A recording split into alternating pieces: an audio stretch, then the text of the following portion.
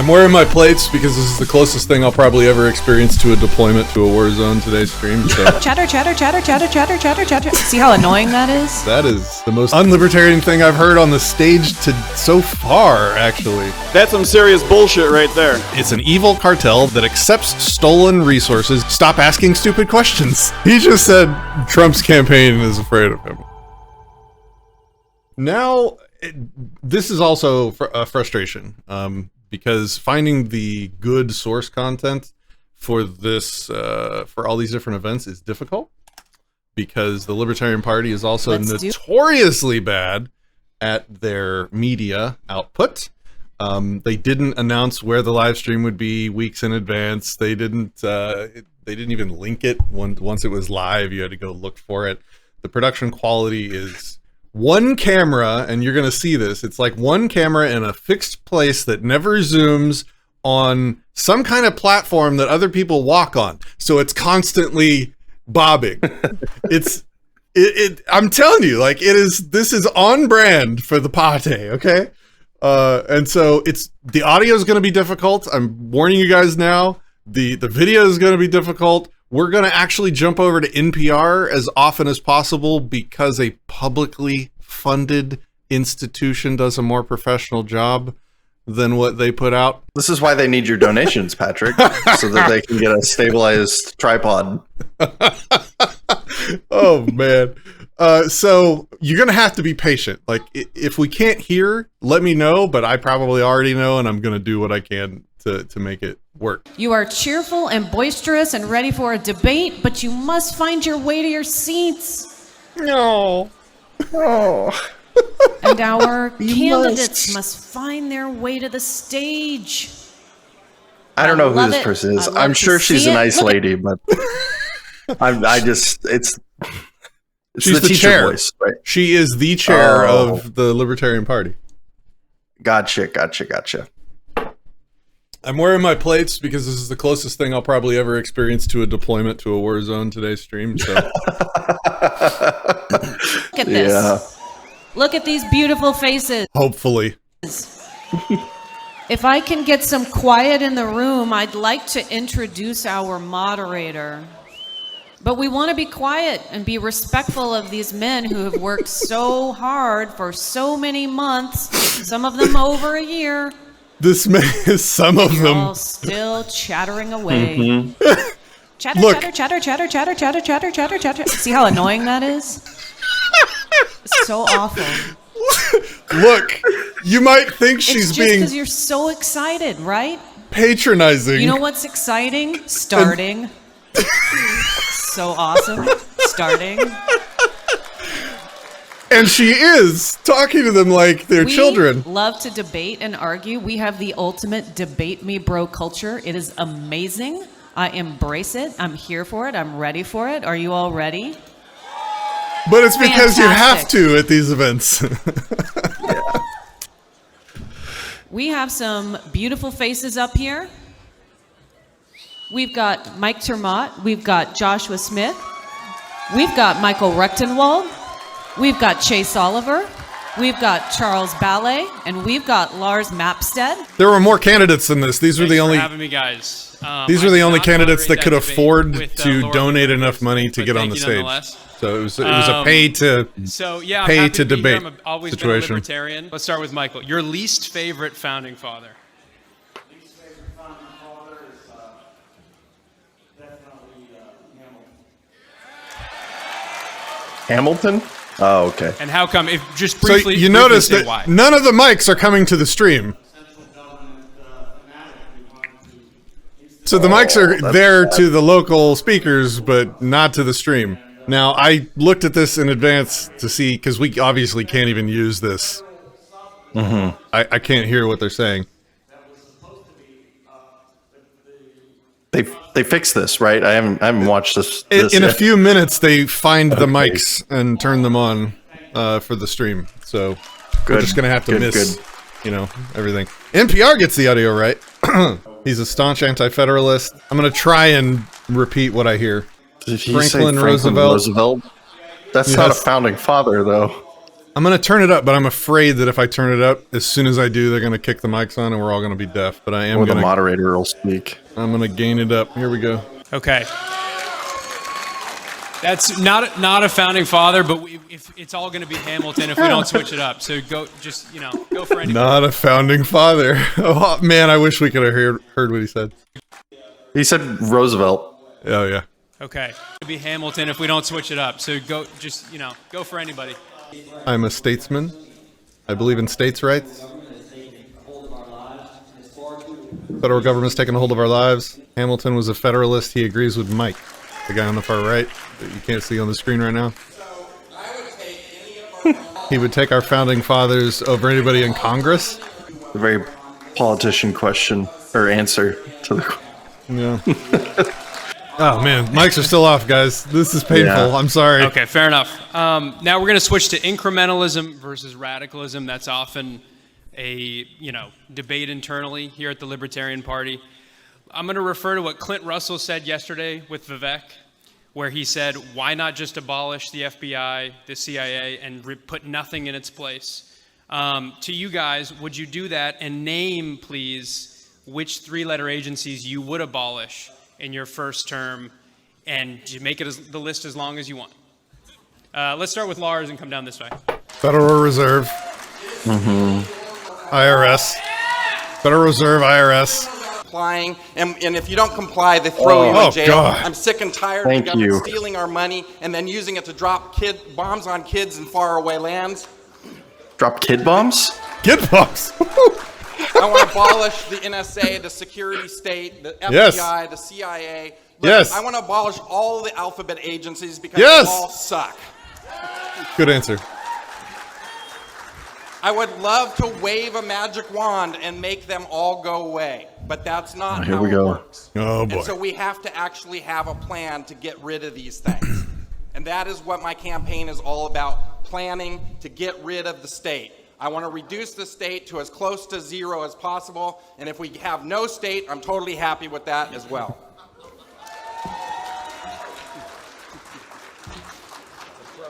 You'll never be able to do that as a politician, but cool. So my stance on this is very similar to many of our candidates up here, is that I believe many of these organizations need to be brought to light and their attacks on our liberties dismantled. We have innumerable organizations throughout this country right now that infringe upon our liberties. We have basically schools that aren't functioning properly. We have a medical center or careers. This is a very politician plagued with thing. Bureaucracy. We have an IRS that To just can't complain contact about if you have things questions in the and current problems. government. So yes, I think all of these organizations, need to be made smaller. I mean, think about it. If you have a tax problem, you can't call the IRS and somehow get some sort of answer. You have to wait for a letter for 6 months. If you want to do things with your children that may be outside of the norm for education, you have to go back and you have to, figure out ways to be able to navigate a system that's plagued with inadequacies. Our children are growing up being basically they're being brainwashed into this woke society right now, and it's not right. There's something that is vehemently wrong about a government, a one-size-fits-all from Washington, D.C., coming down to the state of Louisiana and saying, our children need to be taught these values, not your values. These things need to be changed. Yes, there are innumerable One thing he did better than I did on my IRS, campaign is pronounce right, the Fed, vehemently right? correctly. Why can't we fix the Department of Education? Our founding fathers would be viscerally just upset right now to see what this country has become. I and kept we need saying people that are willing to vehemently. stand up, but at the same time, we damn well need people to be able to reach across the aisle and work with other people. Because if we think that just this small group of people in this room are going to change things in this world, it's not going to happen. We need to have a voice, make progress, we need to win elections, and we need to do good for this country. Okay, so he's the noticed you normie. said Yeah. We found them in Department of Argus. Education, so that is not an abolish. No, so I personally think that there should be some standards. So when anyone's children out here get out and decide that they're, say, 15, 16, hear me out, right? Hear me out. I think reading, writing, arithmetic, right? We'll see you out, not hear you out. I think there needs to be alternate pathways to education. You should be able to train your child. You should be able to choose what it is you want your children to do. Yes. He just lost. Very good. Thank you. Good job. Wait, who said good job? So, I have no idea. good job. Oh, it was Josh Smith. Thank you, Brain. Took you like 20 seconds. Josh Smith is the guy second to the right. So I got So started. he just said, "Good job." Which is exactly what I would have done. I got started as a political activist fighting against the federal government, and the federal government I was fighting against was the war machine. The war machine that exports death and destruction all over the world, kills innocent people all over the world with our tax dollars and our names. But the truth is the war machine does not just exist overseas. The war machine exists here at home. There are all kinds of federal agencies that ruin your privacy, that attack your inherent rights, and those are the agencies we need to get rid of, starting with the entire DHS department. All together needs to be completely eliminated. The all of them is post-9/11 the answer. You don't need to dismantled rant. piece by piece, and then we tear down the CIA, the NSA, the FBI, and every other. That's why I don't do well in agency that's politics. Invaded our lives, invaded our privacy, bring our governance back to ourselves. Self-government is the greatest local government, and if you're not committing force, fraud, coercion, theft, your life is your life, not the government's, and get them the hell out of it. Not bad. So, I think he's a minarchist too, though. real quick, what about the DOD? So I believe that we need to have a military to defend ourselves, but it doesn't mean exporting its death and destruction all over the world. Our military footprint should not be anywhere but in the United States of America to protect us from sovereign invasion. And let me tell you right now, no one would ever do that. Why? Because we also have a well-armed citizen population. If they bring war to our shores, we'll bring it right to them. But nowhere else will we export war and death around the world. Wah, wah, wah.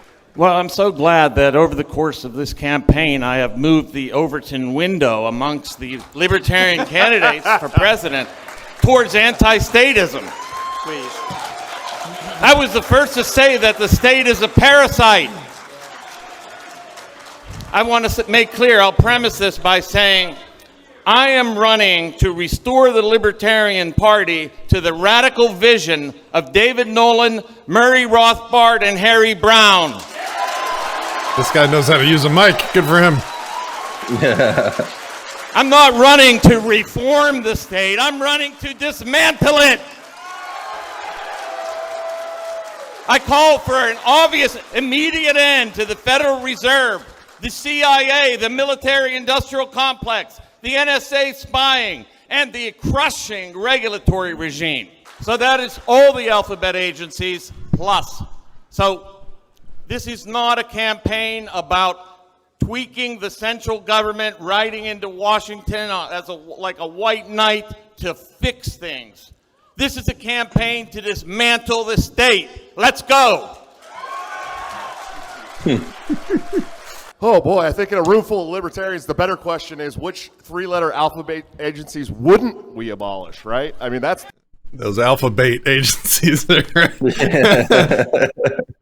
Rectenwald strikes me like an accountant trying to be a pop star. I don't know. He comes off strange on stage. Agencies wouldn't we abolish, right? I mean, that's the truth of the matter. Of course, we want to abolish all the three-letter agencies. Of course, we agree with Sorry about the volume, guys. who's a Doing very the best I smart can. man. I love him to death. But there's also some gray Clint area Russell here. is not a The president smart doesn't man. actually have the power to go in and abolish all these agencies. And what we need to do is have a plan. It's very important that we have a plan. We go in. We have to, on day one, start laying off 75% of the workforce in the federal agencies. That's how we're going to start to abolish these things. These people have been oppressing the middle class in America for far too long. The administrative state has grown out of control. They're out there infiltrating Catholic groups with the FBI. They're going to soccer moms and calling them domestic terrorists for being worried about their children's health care. It's grown so big, they were supposed to go after interstate serial killers and interstate sex traffickers. So we have to go in, we have to lay off 75% of the workforce, we have to start moving people to maintenance departments around the country, and whatever's left can go after what they were intended to go after. But of course we want to abolish these agencies. Of course these agencies are absolutely detrimental to a free America. Decent job. My intention is to go into Washington with my baseball bat and start tearing them down on day one. My elbow will be absolutely sore. Thank you very much. The chainsaw was already taken, right? Yeah, I got to do baseball bat. Yeah. My fellow libertarians, there is absolutely no reason you should tolerate an agency. I don't care how many letters it has. If it changes from 3 letters to 2 letters or 4 letters, you're going to put up with that bullshit? I don't think so. Look, What? We should not be up here talking about how it is that we're going to reform the Department of Education. If you can't figure out how to raise your children, I don't think all the mics are at the same level. To help guide you through that process. You guys don't see this, but I'm adjusting it by like 15 dB for each candidate. We should not be in the business of talking about even how to reform the Defense Department. The Defense Department makes decisions like invading Afghanistan and invading Iraq, and let this sink in. Spending not billions but trillions of dollars, not costing thousands of lives but over 1 million. Does that sound like a decision that you would make? Does that sound like a decision that your fellow Americans would make? Does that sound like a decision that you could find He said fellow Americans. That's a bingo card square right there. There is no reason that you should tolerate a government that makes decisions that are absolutely counter to your values and to your interests. I should put scores above their heads. Not only should we sunset every single one of these agencies, except for the Department of Defense, we should be sunsetting the Department of Defense. The reason for this is because it needs to be reconstituted. If you believe, as many libertarians apparently do, that we need a Defense Department to protect our border, it has to start from scratch. It cannot start with the Defense Department that we have today. And the same needs to be said for each of the other agencies. It might be true in some alternative universe, and I know how, to reform the FBI. But I got to tell you, as someone who has spent decades in and around watching the FBI, it's not worth it. There is nothing there worth saving. You need to end it. You need to end it and start from scratch. And one more thing. If someone tells you that they can reform monetary policy without ending the Federal Reserve System, they are not an economist, or else I'm not, and I damn well am. Oh, got him! And the Fed! And the Fed! And the Fed! And the Fed! All right, so here's another topic that is pretty hotly debated, probably in this room, and that's immigration. There are the old open borders libertarians, and there's today's bordertarians, I've heard them called, the Dave Smith camp, we gotta, protect the southern border. So if you guys could, give me a answer for your immigration policy. Are you an open borders libertarian? Let's start with Chase.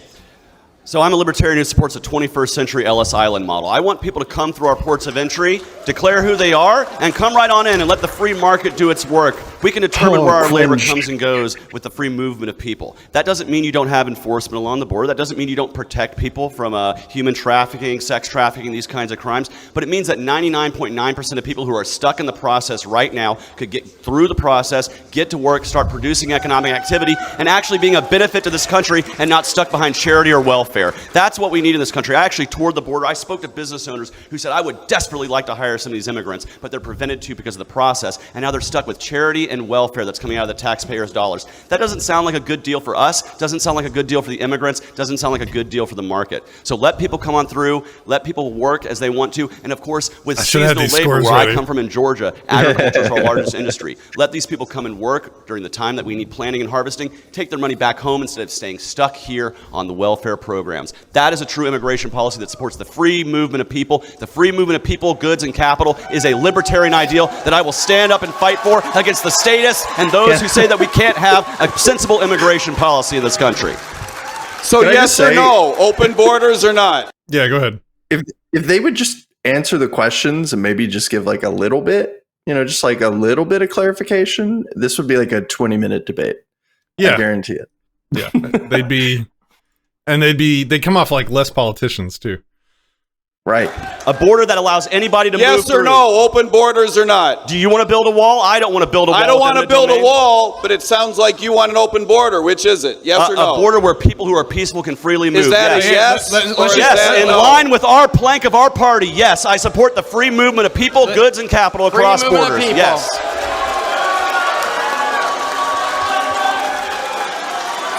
Why not just say that then?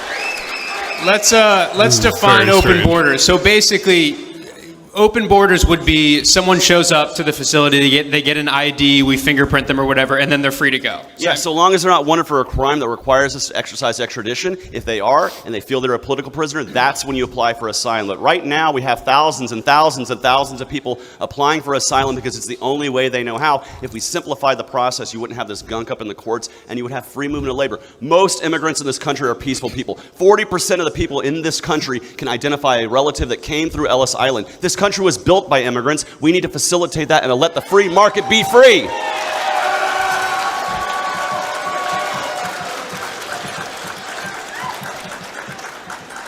All right, let's go down the line this way.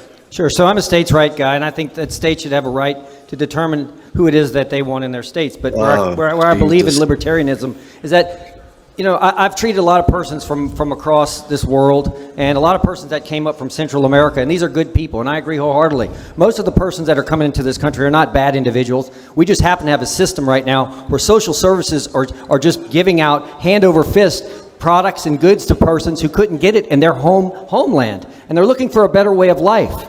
Right? And we are a party that believes in individual rights and taking care of people and freedoms and personal autonomy. So deny these people the ability to come get a better way of life is completely antithetical to what it is that we all espouse here in this room. So what do I think needs to happen? I think we need to change the tax code. I think we need to make it so that if someone's coming into the system, they can pay into the system. It's asinine to think. Okay. So here's just I just threw numbers on the board. Okay, so ignore this number on the far left. That's just the line number. We don't care about that. So the first dude is here. I gave him a 1 because I think the first thing he said was okay. I haven't really heard anything that made me like him more since then. The second guy, wow, just leave, just leave the room. The third guy, we just saw minarchist. I still don't even know what his border's position is. It sounds like free movement of people and still a militarized border. So I don't know how you have both of those things. You can't not molest peaceful people and maintain a state border. You would have to at least stop and accost and investigate peaceful people to make sure they're not the bad guys. Yeah. Do you disagree with any of these numbers? Because I'm happy to change them. No. That's just my initial whatever. Maybe actually, I think I probably put the guy on the end a little too high. He's sussy. We'll see how it goes. All right. I was quite literally going to ask you if we could do negative numbers. Just we can do whatever we want. This is our stream, okay? You know, hey, listen.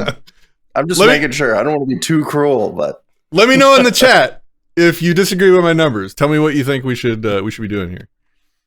Think that you could come into the United States of America right now and you want to work, but you can't, and you can't legally. And so now you have persons that may be on the other side of the aisle that say, damn, these people, they're taking what I want, what I've paid for. So if we made this whole system easier, people would be accepted, and we can make it so that person could come across the border and they can produce things and they can be beneficial to our society. Absolutely. So I think we need to change. While we're going about saying that we need to open borders or closed borders, we need to fix the system right now that's in place, which is primarily how we go about giving out social services, which need to be cut. Might have to. Lars?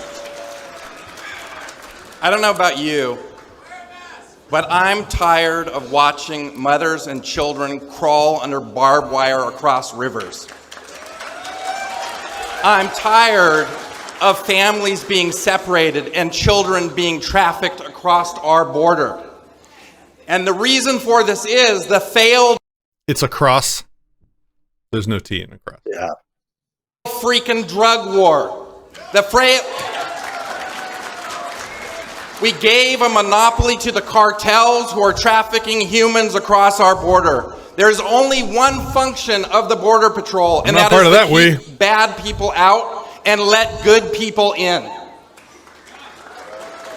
We need to end the chaos at the border. That's a good thing to point out. Like, over the course of this entire stream, just know inside my head, every time somebody says we did something, it's a red flag in my head. Like, there's a little neuron that fires that's like, this guy is not thinking about reality in a libertarian way anytime they say we, unless it's like we are victims of taxation. That is a valid we, because for the most part, we all are, right?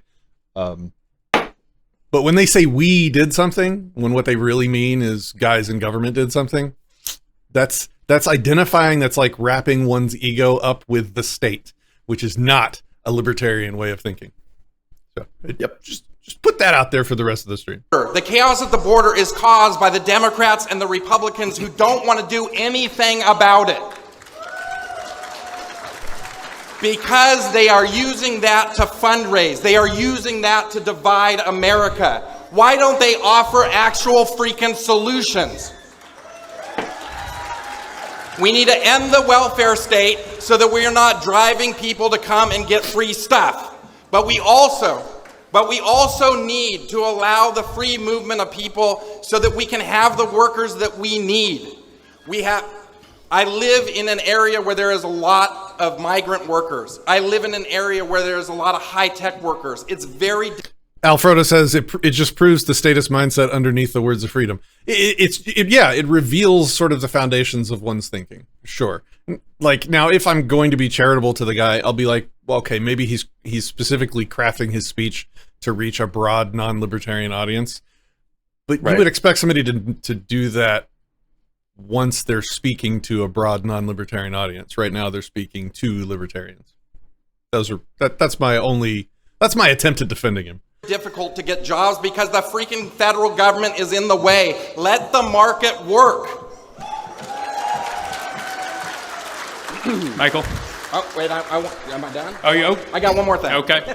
We have 21 visas currently in order to get into the United States. We need to reduce this down to 3 very simple things. You want to be a visitor, you want to be a worker, or you want to be an immigrant. Let people come, and then let corporations he wants the government involved. Find them jobs, get them working in America, and becoming productive members of society.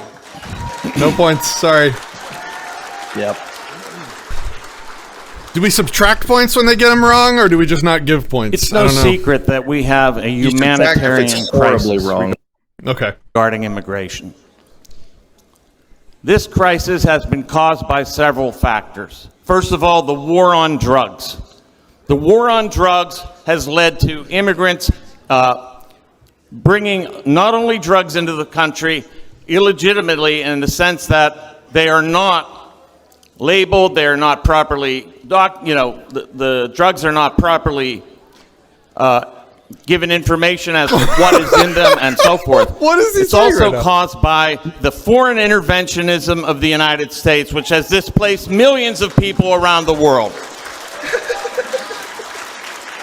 Oh God, I'm fumbling the It's bag also here. caused by trade barriers, which have caused companies to move their, to not produce in those countries where those people live. People like their homes, generally.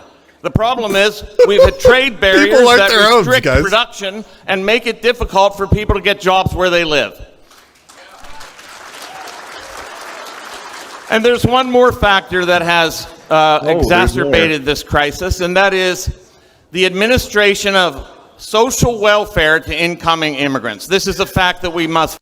Okay, Frodo's got the best way to do the points. He says, I think not giving points should be for a bad representation of libertarianism, and negative points for advocating statism. I like that. Yeah, okay. All right, so in that case, I think this guy is now back at 0 because he advocated for statism. This guy is, I think, still -3 because everything he said advocated for statism. The third guy... I think he's back at 0, right? I mean, he had the whole Ellis Island thing. Yeah. This guy hasn't answered the question. Hasn't answered the question? Yeah, okay. Face. This has artificially incentivized people to immigrate. It has distorted the market, if you will, and I hate to talk in market terms and when people are involved, but nevertheless, it has distorted the market for immigration, unduly incentivizing people to come here. This is Hoppa's point on forced immigration. So if you use welfare to incentivize migration, or immigration, then there are people in the area that wouldn't otherwise have been, making it non-voluntary or coercive. I was more so talking about his comment where he's like, I hate to talk in markets when people are involved. And I'm like, are you aware of any people-less markets? Like just markets that exist with no humans at all to engage in them? I don't know. Yeah, basically the stock market these days, it's all bots. Yeah. Oh, true. And AIs. Like everything else in my campaign, I am for the privatization of immigration. Okay, you don't need to put the mic in your Everything mouth. should be privatized. Yeah. Everything should be privatized. That's a good answer. So I call for a invitation-based immigration system in which people are invited to come, and then those sponsors they take out they assume liability for those immigrants. He is he is literally reiterating Hoppe's position where he's written multiple articles, which you're familiar with, Christian, because we're working on a massive article/video on the border situation in which we address and rebut all of these people's positions. So he's taking the Hoppe position, which is a pretty popular position amongst libertarians that haven't thought fully about it. This is not an illiberal this is not an illiberal plan. Booze, hey! Because it'll actually bring more immigrants into the country and give them a place to work, a place to live, and so forth. I don't like the bifurcation, the false dichotomy of open borders versus bordertarian. I think this is a mischaracterization. No, nobody here is calling for shutting people out from the country. What we're saying is, what is the best way to bring it about? What is the best way to administer it? Privatize it. Everything should be privatized, including immigration. Thank you. Sometimes I think as libertarians, we forget that we have 2 ears and one mouth. We're up here today to try and govern a nation that deserves to have a sovereign nation. 12% of the population of the United States today can hardly put food on the table. The federal I'm taking a point off for that comment alone. That's stealing our wealth through a tax called inflation. A third of our federal budget is going to warfare in countries most of us couldn't point out on the map. And we're worried about everybody else in the world except for Americans. It's absolutely asinine to me. We've got to come up with a plan to take care of Americans first. I've called myself the America First Libertarian. I know a lot of people might hear that and be upset about it, but it's the truth. Look, we're trying to govern a nation. We're trying to run for president. We have people out there that have fears. They're worried about how they're going to put food on the table. The middle class is disappearing at an expansive rate. It's getting insane to watch, to try and feed your children today. Our food bill has gone from $800 a month to almost $2,000 a month in the last 4 years. We are full. America's full. Listen, we're full? We've got to worry about Americans first. What'd you say? Very important. He said we're full. We can't let anybody else in. We've gone from $800 a month to almost $2,000 a month in the last 4 years. We are full. America's full. Listen. We've got to worry about Americans first. It's very important. If you want to be a sovereign nation, you cannot flood the borders. 1.7 million Nazis flooded the border of Poland. We had 6 million flood our border in Texas last year. It's time to change. Okay, that's a -2 for that one. Let me know if you disagree, Christian. No, I do not disagree at all. I was surprised by that. We are here to govern a nation. That is the most unlibertarian thing I've heard on the stage so far, actually. That's some serious bullshit right there. Okay.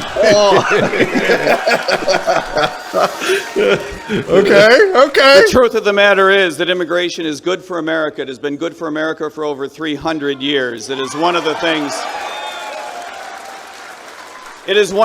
that not only defines America, but distinguishes us from other modern democracies around the world. It makes us stronger economically. It makes us stronger culturally, socially, and it even makes us stronger fiscally, as long as you don't do something stupid like pass out free money as people are coming across the border.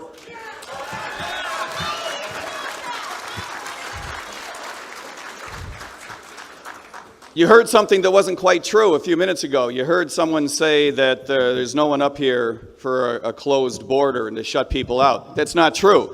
We've got a couple of guys right here with the idea of closing the border to future Americans, to Americans who just haven't checked in yet. We want a system whereby which people can get in here absolutely rapidly. We want people to get in here as quickly as possible. That means deploying the right technology to the border to make sure, as Chase said, that you don't have someone coming in with a felony warrant in some nation for doing something weird. Other than that, we should be welcoming people into the United States as rapidly as possible. This is what makes America great. 6 million last year wasn't rapidly enough? We want people coming into the United States, building families, building our economy, bringing their entrepreneurial spirit. This is what sets us apart. It is true that I have been to the... What is this? What is up with this felony point? Like that, so several of them by this point have said, like, I will take anybody unless they have a felony in another country. Like, just out of curiosity, what if that felony is for something like, I don't know, minor drug possession, or like it's a felony for like not trimming your yard because you used to live in Germany and, you know, they wanted to throw you in jail for that. Like, what is this? Why are we using a status metric to determine whether or not someone is a peaceful enough person to come over and like engage peacefully with other people? It's just a pet peeve. Yeah, exactly. It should be up to the private property owners. So, like, I may not care if somebody got a felony and 5 years in prison in Europe for misgendering someone, you know? Like, I wish that was a joke. Yeah. The border where you guys have not been. I have seen human trafficking with my own 2 eyes. I know how dangerous it is. I know it needs to be shut down. That can be done with modern technology. But this idea of waiting for some American to invite people in order to be inside of the United States, we can't have it. I'm here to invite the entire nation of Cuba into my state. Okay, that's not it. That's a minus 1. You're going to have them in your living room too? Yeah. Oh my God. Okay, thank you. We're going to transition to 4. Okay, yeah. Okay, so let me try and give the libertarian response to this question. And Christian, you're welcome to do this as well for any of these. So, sure. If I were on that stage, which if I get really bored and have plenty of money and don't need any more, I might try a not president campaign for the fun. So, the libertarian position is that we don't have the right to control people on property that we don't own. We don't have the right to coerce people on property that we don't own, like the border. Now, if somebody is violent, anybody has the right to control that person. The problem is government doesn't have levers for libertarian principle. There is no government lever you can pull to where all the non-violent peaceful people are completely unaccosted and the violent people are specifically controlled. That doesn't exist. That's not possible. And so to attempt to compromise with the largest threat to our security in the world, the state, the government, the US government in this case, but you could say this in any country, to try and compromise and to try and make that violent, horrible, unethical, unlibertarian system do a little bit of what you want, but not most of what you don't want, is just retarded. And I would probably have said that on stage, and that's fine. The answer is abolish the state and disseminate its property amongst the people with the highest claims to it, whatever that ends up being, as restitution. There is no what government should do in the meantime. There is no what the cartel should do in the meantime. The only answer that you give what should the cartel be doing is stop, cease, disband, go away. That is the only libertarian answer. I don't think we heard a single person on this stage give that answer.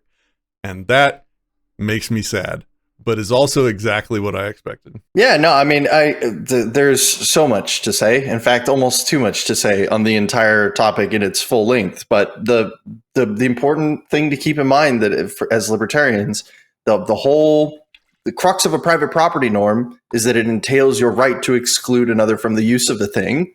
And since you have to be able to then justify some kind of ownership claim to whatever you're going to exclude somebody from, I've never seen one of those that stands for the border. There are plenty of them. Some are more clever than others, but I've yet to see a case to where, for example, even me, someone in like relative proximity to the southern border would have anything in a say in somebody crossing the imaginary line that is the border into Mexico. It's just, it needs to be dissolved, abolished, removed. Mm-hmm. Foreign policy here. I assume everyone on the stage is against most foreign aid. But shouldn't even need to be a topic. To make a judgment call here. And so the question is the Israeli government an ally or an adversary to the American people? Not the American government, but to the American people. Let's start with Mike and come down. I like this. Maybe at the end we'll just keep giving the libertarian position. Super. The Israeli government is a sovereign nation that deserves to have an independent foreign policy, and so do we. We can no longer be linked to someone else's good ideas or bad ideas. We need to stop the idea of spreading foreign aid around the world and then expecting other people to do what it is that we want them to do. I predict by the end of 2024, not only will the American people make their voice clear that we recognize foreign aid to be a stupid idea, but I further predict that the nation of Israel will foster a government that makes the same damn decision, that it is no longer in their interest to maintain a relationship with Washington. Washington does a lot of stupid things, let's be honest. But at the top of that list is developing relationships around the world that try to impose on the American people treaties that we recognize do not align with our values. It does not align with your principles and values to send your children and your trillions of dollars to defend Europe against a Russian army that we should no longer fear the way that we did 30 years ago, just because our Western allies refuse to spend as much a proportion of their GDP on defense as we do. This is a stupid policy. It is a stupid policy for us to be fostering a war in Ukraine. We need to bring that to a close as quickly as possible. It is not in our interest to continue to send the signal around the world that we are prepared to go to war over microchips to maintain a relationship with China and Taiwan. This is completely stupid.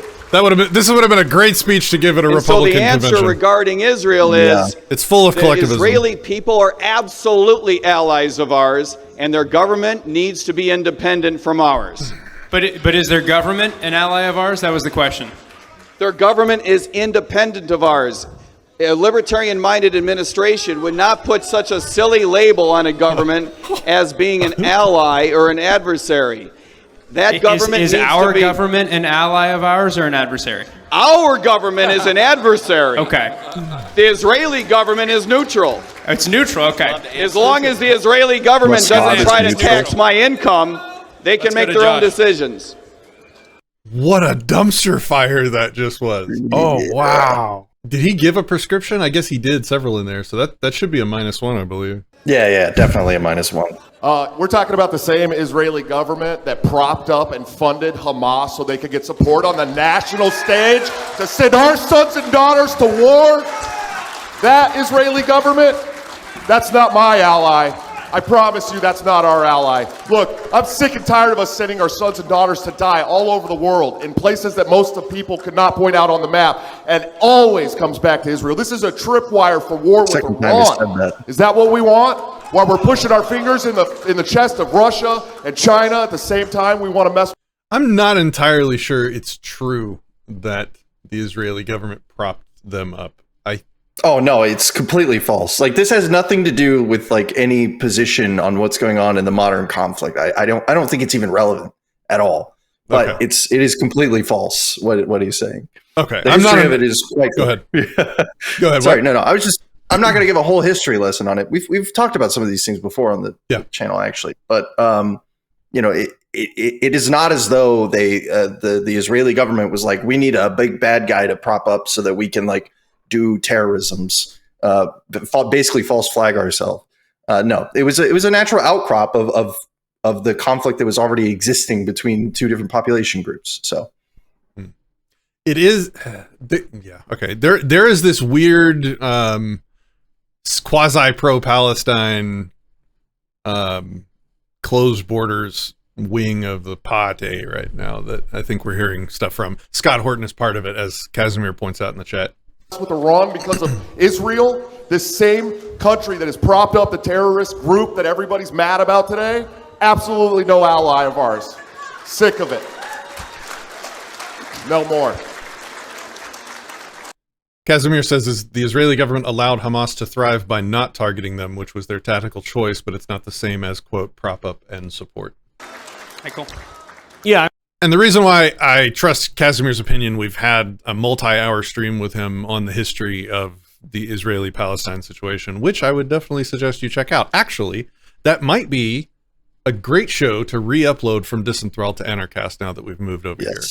That we might ought to do that. So there's a lot of re-uploads that we should probably do. I mean, when this term ally is used with reference to certain nations, in this case Israel, did it's not Dave. I said his name was Dave earlier, didn't I? Did I? It's Joshua, right? Josh, yeah. No, I think I said Joshua. Anyway, did he make any prescriptions there, or did he just talk crap about Israel? He answered the question. The question was, is Israel an ally to the American people? And he said, hell no.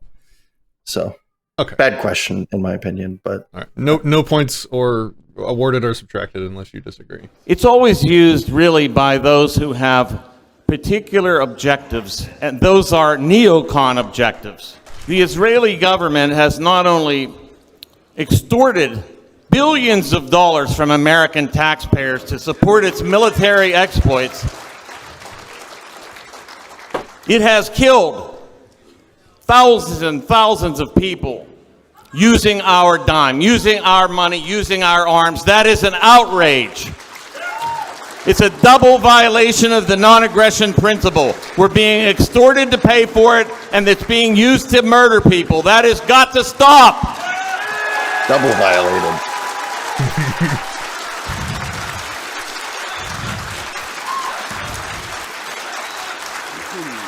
That was the first time the nap was invoked. In Furthermore, that's true. 40 minutes in, we heard the non-aggression principle. They should have started by asking each candidate to give them that. You know, that question wouldn't work because when the first person answered it correctly, the others would just copy it. The state of Israel. I'm not sure. Like a couple of the people on the left know what that is. Is using its proxies in the United States to control various members of our Congress and Senate. That is something that also has to stop. AIPAC should be declared a foreign agent.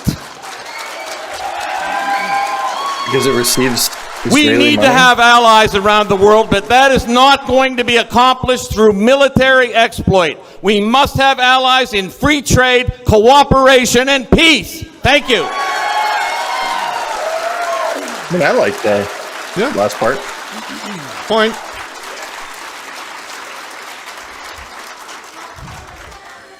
So you asked the question if the government of Israel is a friend to the American people. I posit to you that the government of Israel is not a friend to the Israeli people. Many people within Israel are crying out for peace. They're crying out for a ceasefire, and they know their government is a right-wing war machine. And I oppose it 100%. But are they an ally to the American people? No one who asks that our government sell them arms to go kill people overseas is an ally to us, because it exports our principles with bombs and bullets, and that creates blowback. And we know what that blowback creates. And so no, any government that takes our money to kill other people overseas is not an ally to the American people, because it's exporting our values with violence. And I oppose the war machine 100%. I am anti-war to the core. And if you want a candidate that will fight the war machine, I'm your man.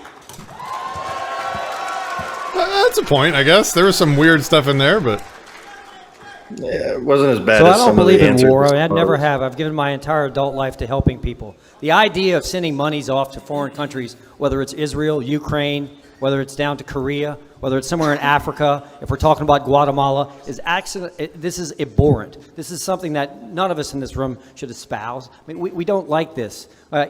Can they be an ally? They can be an ally if we're not daddy warbucks, if we're not sending munitions. If somebody can't be a friend to us because we can't send them munitions and monies, then they weren't a friend to begin with. Now, you also have to remember that this was not created by the United States. right? Post-World War I, all of this was chopped up in World War II by England, and then we suddenly recognized Israel, right? So these are problems that other countries have created, and now the United States people are funding it. And let's not forget, we're $35 trillion in debt. We cannot afford this across the world. We can't take care of our own people on any given day. Tuesday, when I go back to work, I'm going to have some old person that comes into my clinic that can't afford electricity, food, water, medicines, and that is just abhorrent. There's something wrong with this. Let's spin, spin, spin. Let's print money, print money, print money, and somehow the world loves us because we keep giving, giving, giving. It's time to stop this nonsense.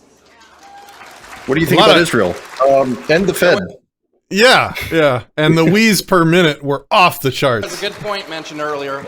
If our federal government is not... That was non-responsive, so that's kind of like not a point for or against. ...our ally, how can any other foreign country be our ally?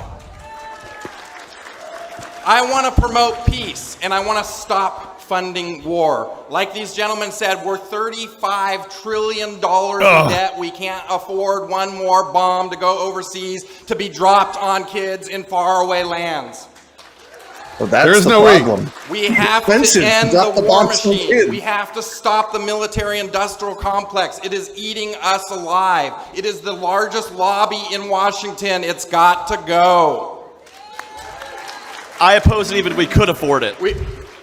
Sorry. Yes. I don't know about you, but I watch the news, and I watch the children dying across the country, or across the world, and it brings me to tears. I have children, and I see my children in those children's faces. I don't want us to bomb any more kids.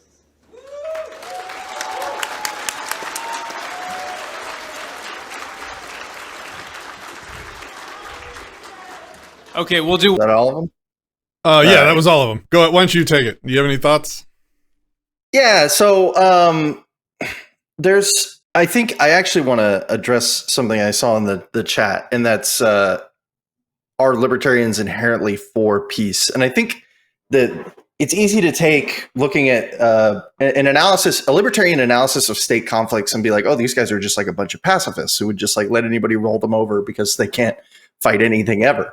But the problem is that we're not talking about, we're talking about organizations that are by their nature violating the rights of other people. They are not legitimate agencies. They can't be said to represent anybody without being explicitly done in a coercive manner. And so it's difficult for me to take any kind of a position in saying that these people are morally justified in performing pretty much any of the actions that they are doing.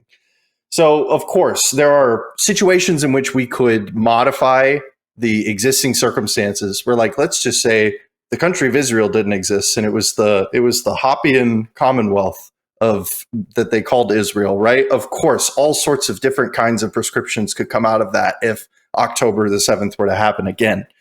But unfortunately, that's not the world that we live in. And what we have is largely what I usually say is it's like we have like wolves fighting each other or foxes fighting each other in these instances. And I am not going to promote that. I'm not going to put them in a cage together and so that watch them fight each other. I'm not going to facilitate that kind of violence. At the same time, I am at zero bit surprised that any of it is happening. It's an inevitability. If you live as a state of nature being, you are going to get in conflicts at the level of the state of nature. So perhaps too many words to say that there's nothing in principle wrong about a group being harmed and that group deciding to defend themselves. The problem is that when you start getting in, when you get state of nature beings involved in these calculations, it completely muddies them. It's very difficult to do any kind of moral calculus when you have a military that is engaging in a conflict that exists solely by the coercion of a peaceful population, or at least mostly peaceful population of people. Yeah. Okay, so if I was on stage, the answer to is Israel an ally to the American people, which is a quasi-libertarian question at best. Right. Would be, we have multiple cartels involved, and you're asking me if one specific cartel that oppresses their people and robs them is an ally of mine.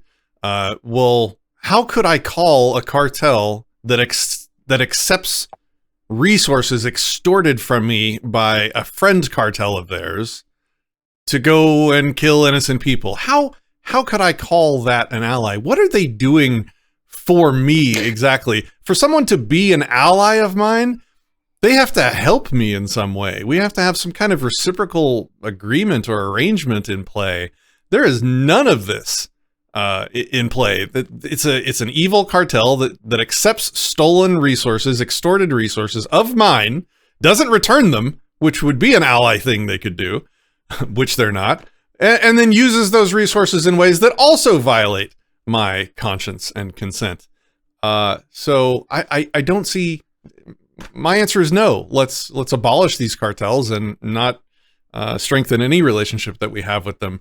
Also, to Chat's point, our principles are not anti-war per se. They are pro-self-defense. So if somebody attacks you, you can erase them from existence and get a pat on the back from a libertarian for doing it. And if that involves quote unquote a war, so be it. It's a just war. Now, there's a long discussion about what wars have ever been and has there ever been a just war, and I would probably have to argue that no, there hasn't been, because they're all usually coercively funded and they all usually have innocent collateral damage, and all of those things makes the wars unjust.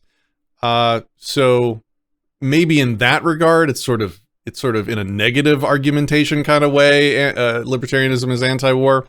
But that's not really the point. The point is consent and property rights, and when those things are violated, you defend yourself and get restitution. Extract restitution if you need to. So that's what I would say. Again, I'm completely displeased with all of the answers on the stage. Let's move on. One more on foreign policy. This is on Ukraine. So just yesterday, the chief of NATO, Jens Stoltenberg, advocated that NATO weapons should be used by Ukraine to strike Russian territory.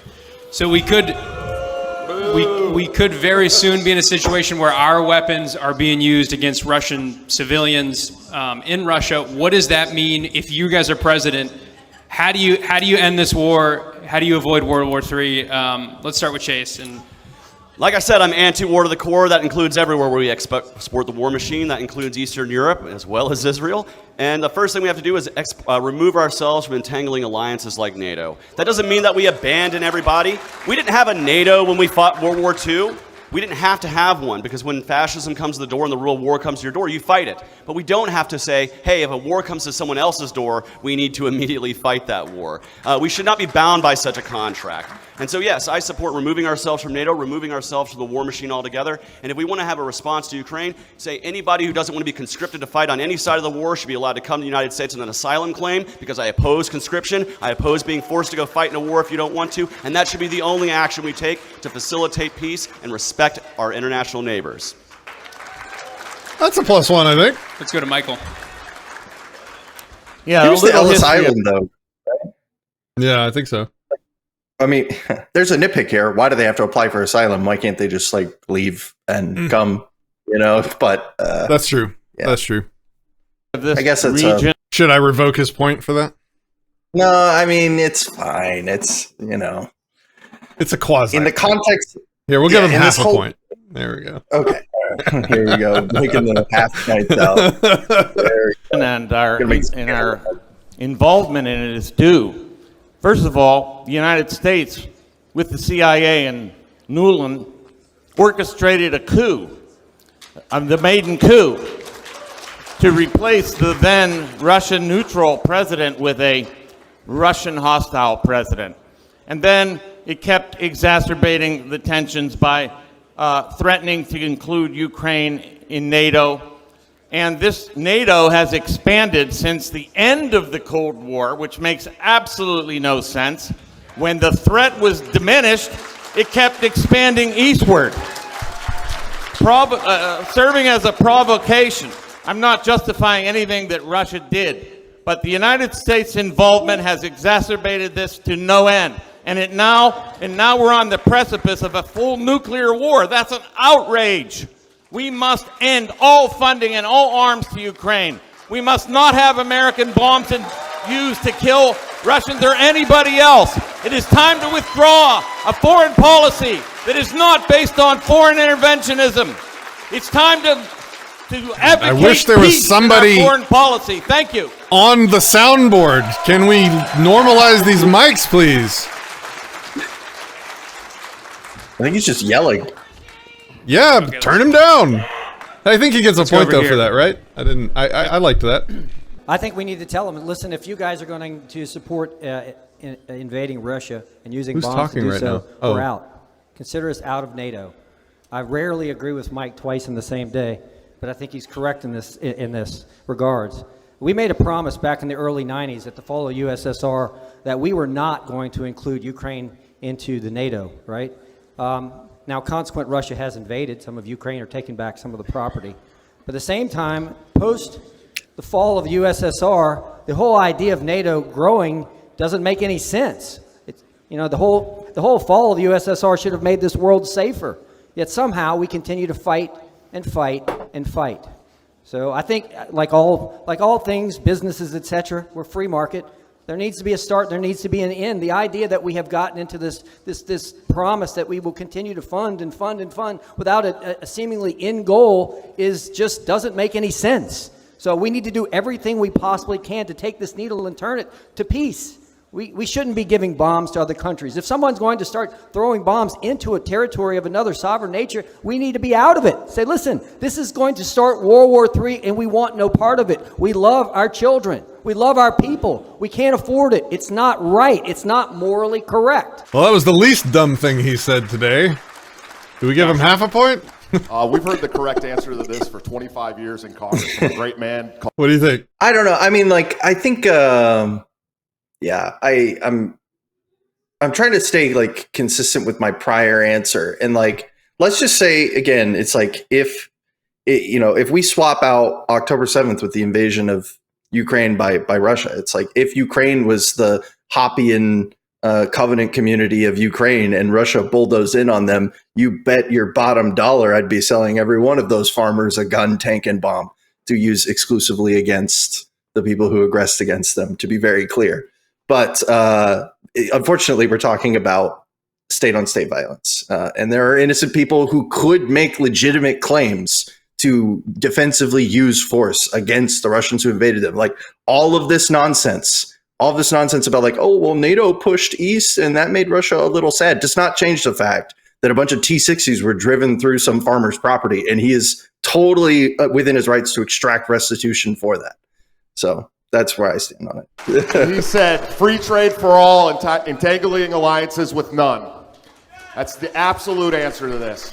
We've got to pull out all funding from NATO. We've got to stop sending bombs and exporting death around the world. We've got to have a foreign policy that worries about Americans first. Period. Plain and simple. Thank you. Lars? I think that was a point, except for the weirdness on the end there. Do you remember, some of you remember, when I was a kid, I had to do duck and cover drills because Russia was going to bomb us. And I had to hide under my desk when I was 6 or 7 years old. And I was terrified of Russian bombs killing all of America and the end of the world. And this fear was driven into me. And I was certain that this was going to happen all the way up to the day that the Berlin Wall fell. And why did the Berlin Wall fall? Did it fall because we had a tank? Did it fall because we had a gun pointed at them? No, it fell because of the free market, because people want to be free. We cannot even police Detroit or San Francisco. How the hell are we supposed to be policing the rest of the world? Again, we're $35 trillion in debt. We cannot afford to be spreading military-industrial complex crap around the world. This has got to stop. This has got to stop. We can't afford it anymore. I'm always on the side of less death. We cannot get peace in the world. We cannot be the protectors and projectors of peace in the world if we're tied into every country on earth bombing the crap out of them. We spent 20 years replacing the Taliban with the Taliban. Our government sucks at foreign policy. We need to get the government out of foreign policy and start promoting peace around the world.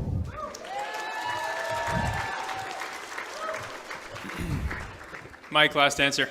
I'll give him one. I'm not Lars this time, am I? I get to play myself.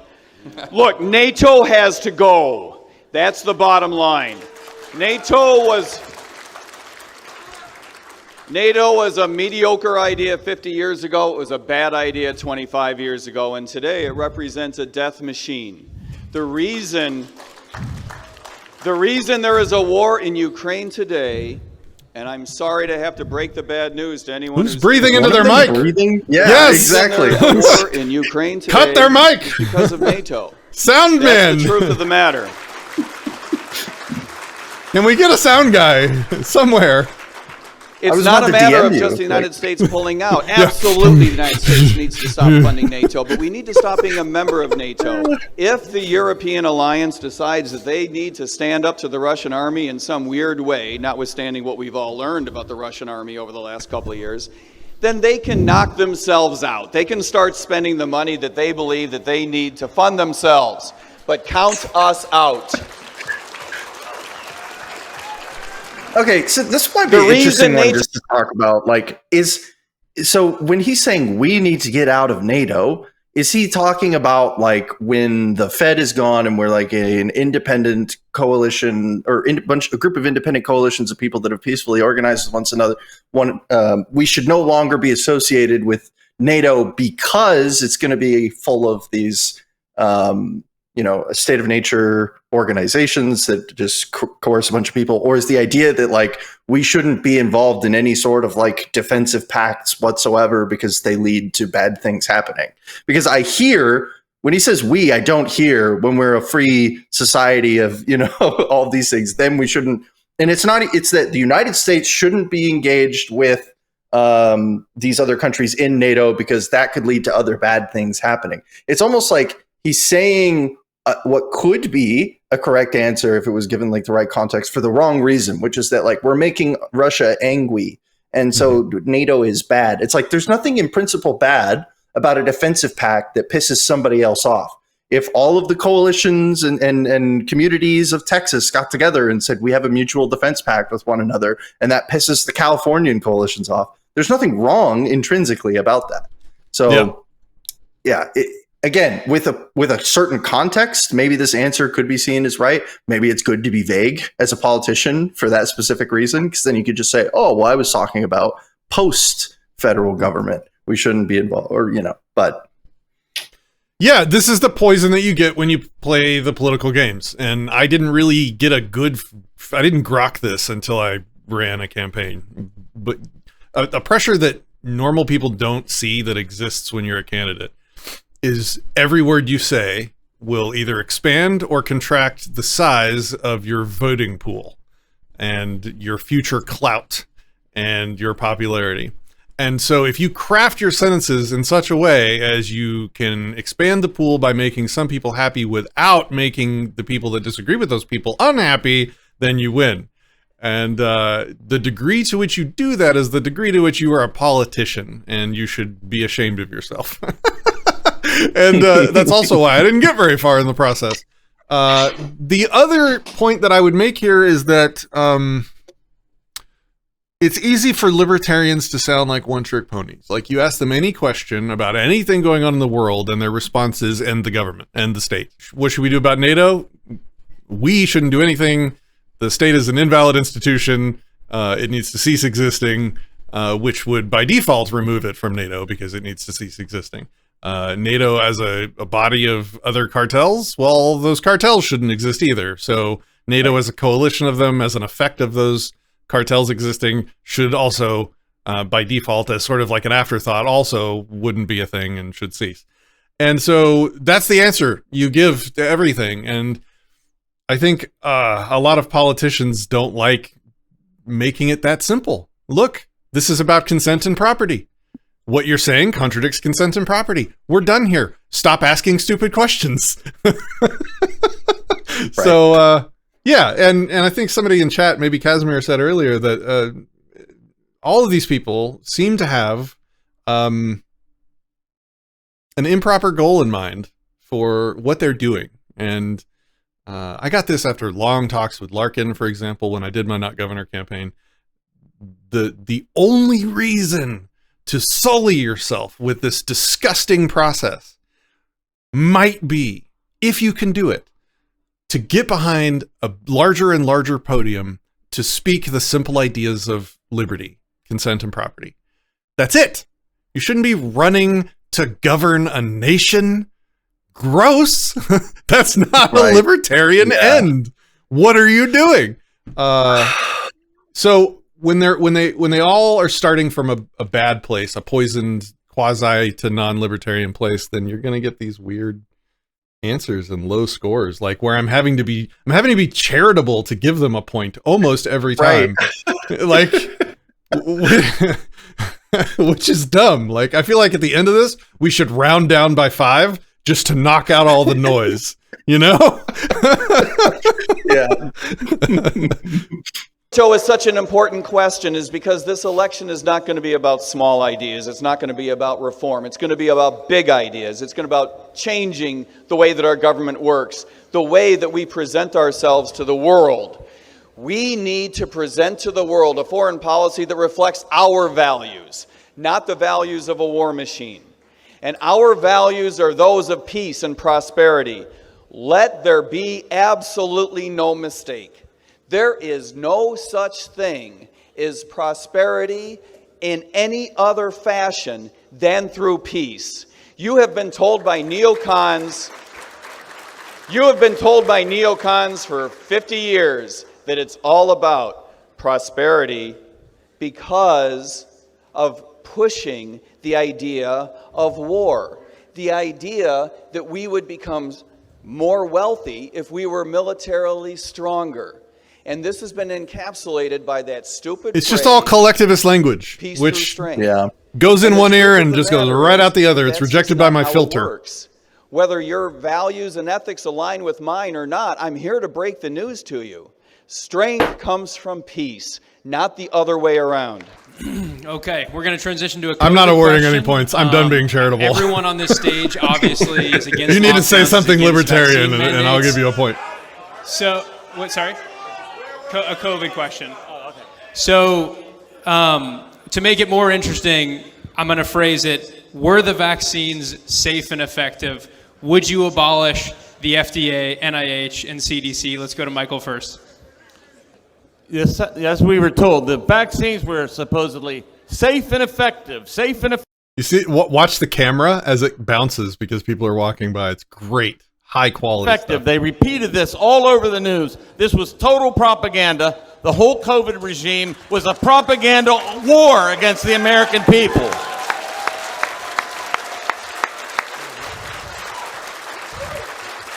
During this crisis and before it, I saw through the propaganda myself. I spoke around the country, detailing and arguing against the COVID totalitarianism under which we suffered. And this was a time of unprecedented propaganda, lies, and chicanery. There was nothing safe about it. There was nothing effective about it. And it was a total disaster. Trump, for rolling it out, is utterly should be condemned and earn our complete enmity. So, no, the COVID vaccines were not safe and effective. They were an utter disaster. And I should say that I saw this in the beginning. I spoke and wrote about it all over the place. You can read it on the Mises Institute site. You can read it on my website. I've been in front of this from the very beginning. If the candidate did not see through the COVID propaganda, or if they enforced COVID mandates, then they do not deserve to be the leader of the Libertarian Party.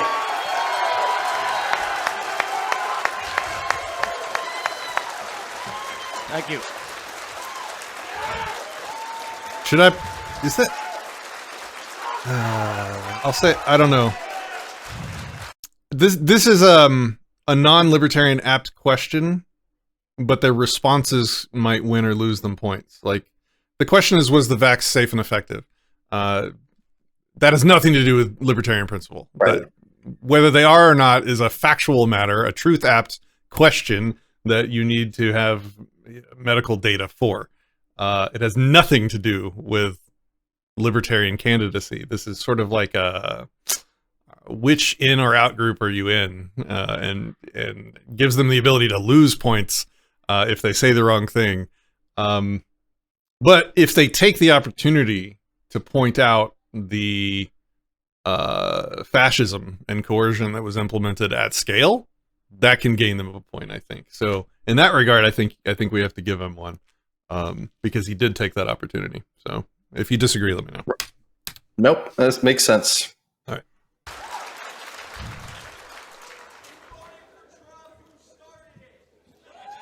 And that's true. He did vote for somebody Trump. in the audience said Trump started it. so, Michael, I'm assuming you would also abolish FDA, CDC, CDC, NIH. FDA, all of them. Okay. All together. The entire regulatory regime must go. I'm a little surprised by the scores he's getting. So we already had the alphabet agency. I didn't think he question. was Of course, very we would eliminate formidable, these but agencies that he appears to be the create, leader at the moment. Horrible violence and basically export government medicine. And let me tell you right now, I don't trust government medicine.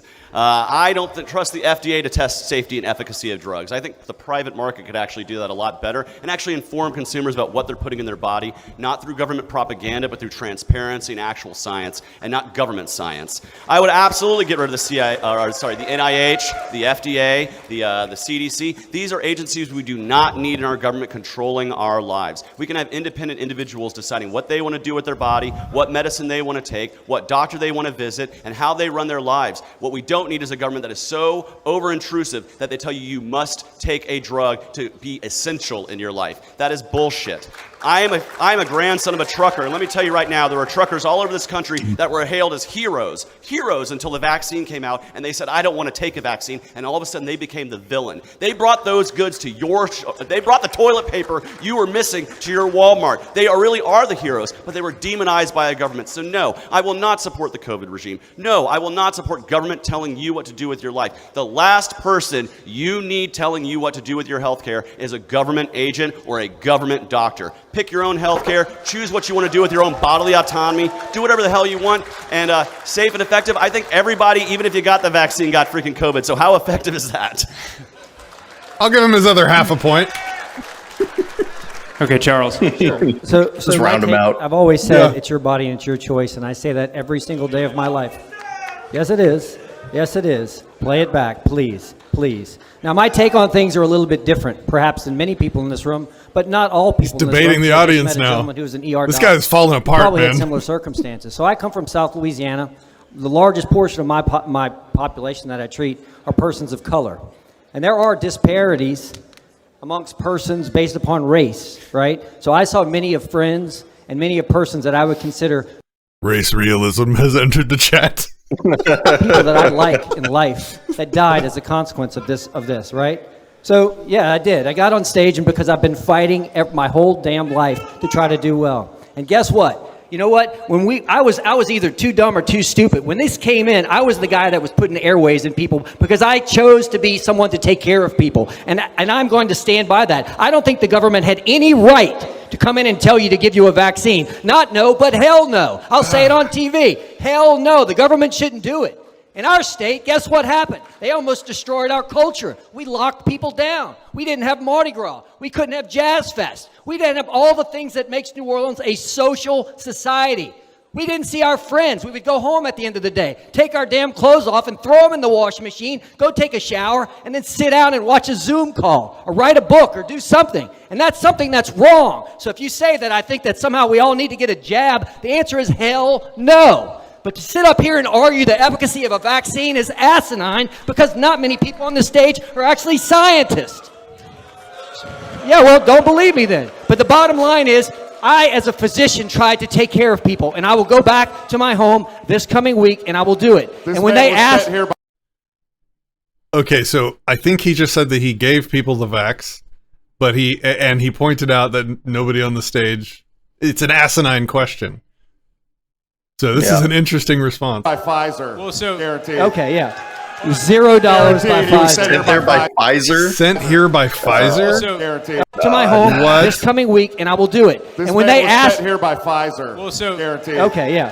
$0 by Guaranteed. He was sent Pfizer. here by Pfizer. Right. So there you go. So my stance on this is it's your body and it's your choice. I say this every day of my life when I'm taking care of patients. And I believe in taking care of the American people. I've done it for years and years and years, and I have thousands upon thousands upon thousands of patients that will attest to that. Okay, but so as a doctor, in your view, was it safe and effective?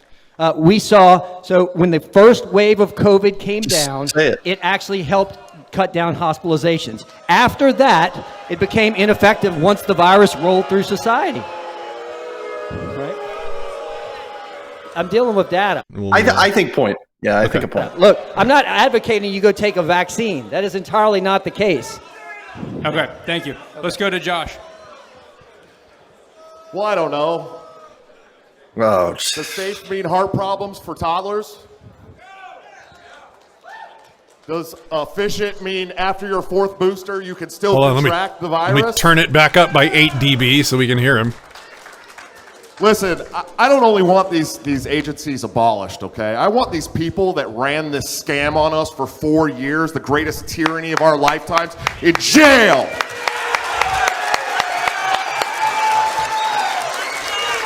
The SAFER Act, Fauci, the heads of Pfizer and Moderna, Trump, Biden, everyone, jail!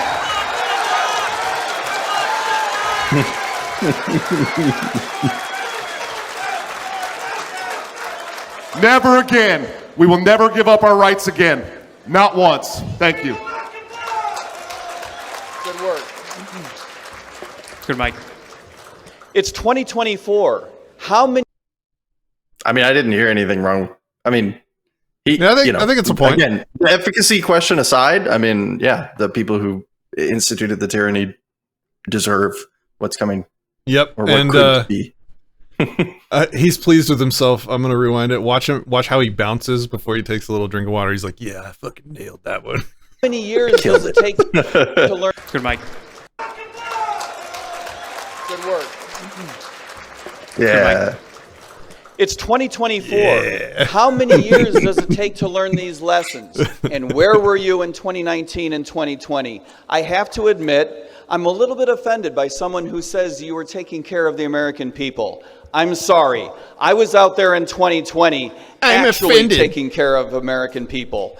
I was the one out there battling against Broward County, battling against Palm Beach County, battling against the city that I was employed by, effectively nullifying what it was that the governor wanted us to do. I'm the one that stood up against economic shutdowns. I'm the one that stood up against social shutdowns. I'm the one that was running a congressional campaign. You all know that stupid photograph on my website of me standing there in that ugly ass yellow shirt. The reason it's there is because I'm standing on top of concrete, leading. When you're giving talks, you never want to have your arms crossed like that unless you're only in certain specific instances where you're trying to convey a specific emotion do you stand there with your arms crossed. Marches, leading chants, leading protests like, against the shutdowns, against the mandates, against the stupid masking rules. Where were you in 2020? I've got a problem saying that you are helping the American people. I was out there doing the hard work, and I know some of these other guys were too. Bless your damn hearts. We need to learn the lessons right away and be able to apply those to the future. If you believe that you cannot say in 2024 that those vaccines were ineffective, I'm sorry, you either can't read data or you can't read the room. The truth of the matter is, that for huge portions of our population, the side effects killed more people than the vaccine saved.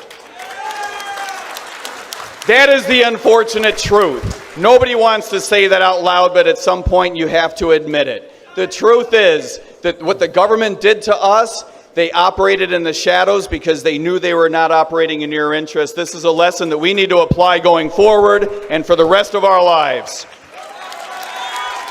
So charitably, the vaccine state was awful, and then he had some points on efficacy that, I guess, like we said, that's not a libertarian position. Yeah, I'm kind of neutral on. I don't think he gets a point for that. All right. I mean, if you disagree, let me know. I'll give him one. Nah. All right, was that it? I think it was Go to Lars, unless Charles, if you want to respond. There's one more. He mentioned you. Sure. I mean, I've said it all along, and I say it again, and I'll say it next week and the following week and for the rest of my life. It's your body and it's your choice. As a physician, it's your overall ability to influence patients' decisions is very, very huge. The idea of telling someone exactly what it is you have to do is not my place. Nor definitely is not the government. I think it was complete overreach. I mean, we can't even stop daylight savings time, yet somehow we're going to stop government policies that really affect people's lives. Do I think taking kids out of school, etc., were good? Absolutely not. You're going to see harm for years and years and years. These policies were made. I go back to this. I'm a states guy. These policies were made by in this town, right? So you say, hey, look, we're going to put all these kids at home and they can't go off to school, and now they have to wear a mask, and all these kids now aren't socialized. Most family can't go out there and buy themselves a laptop or a tablet or have their child with a desk or have 3 square meals. And so the people in Washington said, you got to stay home. So what do these kids do? They go home. They don't get educated. They're not socialized, and they've lost years and years and years of their life. And there's something that's bad about that. We're not just talking about adults getting a jab. We're talking about a damn society that's been ruined to some effect for a few years, consequent to government decisions that are made here in Washington. Michael Rectenwald is right about this. It's not enough to recognize in 2024. You have to have been there in 2020. You have to have been on the ground in 2020 talking about the fact that the government doesn't have the right to impose these policies. It doesn't matter whether they're right or wrong. 4 years ago, they never had the right to impose them on us in the first place. All right. I watch a lot of business news. I get most of my news through business. I don't watch TV at all. But I was listening about how China had a new virus going around and that they were locking their citizens in their homes and welding the doors shut. And I remember thinking to myself, thank God I live in America where that would never happen. A month later, I live in California. Gavin Newsom is locking everybody down. He's putting barbed wire across the freaking beaches. He's locking people up for watching the sunset. Newsom for jail, too. Newsom for jail, 100%.